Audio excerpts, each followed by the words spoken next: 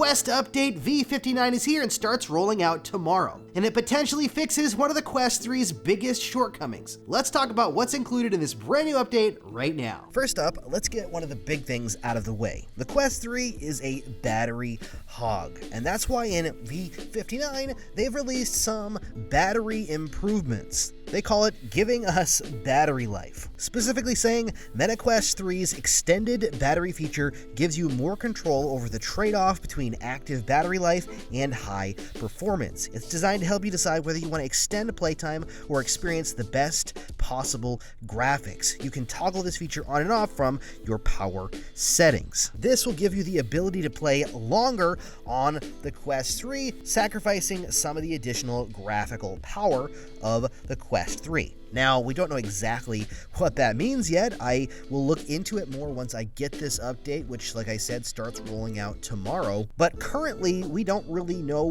what that's going to do to the graphics. Although the pancake lenses and the higher resolution alone make the Quest 3 a great upgrade over the Quest 2, so if you wanted to sacrifice some additional graphical power, and you're okay with that to get longer battery life, especially if you're using it for PC VR, this will be a huge asset for you. This, like I said, is going to be in the power settings menu, and you can toggle it on and off. Hopefully they actually add it to the quick menu at some point, because it would be great to be able to toggle it on and off very quickly from that quick settings menu. Aside from that, something that people have been waiting for a long time is actually public now, and that is YouTube Live Chat. A while back, I was given access to the YouTube Live Chat feature in the Quest platform, and I showcased it on the channel and did a test stream, and it actually worked quite well, although you do need a PC to actually use it. They're actually adding that to version 59 in early access, specifically saying whether you're a casual creator or more serious streamer,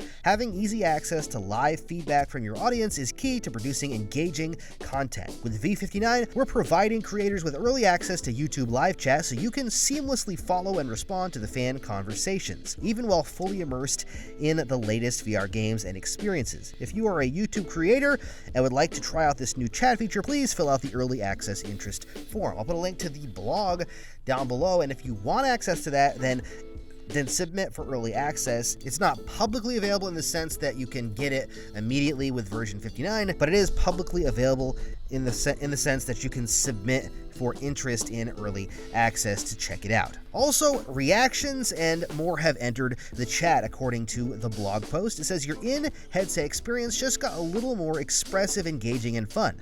You can now send images, use avatar stickers, or add reactions to messages to express yourself in new and exciting ways. These updates are the perfect way to take your chat to the next level, whether you're in your headset or on the MetaQuest app. This essentially just means you'll be able to use these same types of reactions and send pictures and all this stuff in the chat in headset as you do in something like Messenger. So, an update that's kind of quality of life, not like a massive upgrade. Also, keeping up with your friends is another section of the blog post. Want to squad up with friends for some Population 1 or hang out together in Meta Horizon Worlds? The new Activities tab makes it easier than ever to connect and play together. This new tab will show invites to recommended apps and games for your group to get together. Also, it's now easier than ever to start a call with your group. If anyone in the group is in an active call, this new layout displays who is in the call so you can quickly join them. This is the layout they're talking about here. It's just showing where the people are that are in the chat so you can actually enjoy it, so you can actually join them or invite them. Also being added, all in the Family Center. We're updating parental supervision in the MetaQuest mobile app to make it easier for parents and guardians to give their teens and preteens support on MetaQuest. Family Center is now more seamlessly integrated into the MetaQuest app, and both parent and teens will now be able to initiate invitations to supervision. To help manage your teens' use of MetaQuest, you'll soon be able to set daily time limits and scheduled breaks. This is part of our ongoing work to provide a central and familiar place for parents across Meta technologies and strengthens the dialogue between parents and their teens and preteens about their online lives. This is just quality of life again stuff. adding to their family center, adding to their family plan type of stuff where you can manage younger people and how they play, how long they play, what they can play. It's great to have all of these options. There you go, there is Quest Update V59. Not a whole heck of a lot of stuff, but some important things in there, like the battery life option for the Quest 3, allowing you to have more battery life. What do you think, though? Are you going to use the Quest 3's battery life saver? I've never really used a battery life saver, no matter what device I've had that's had that mode. I've just dealt with the battery life.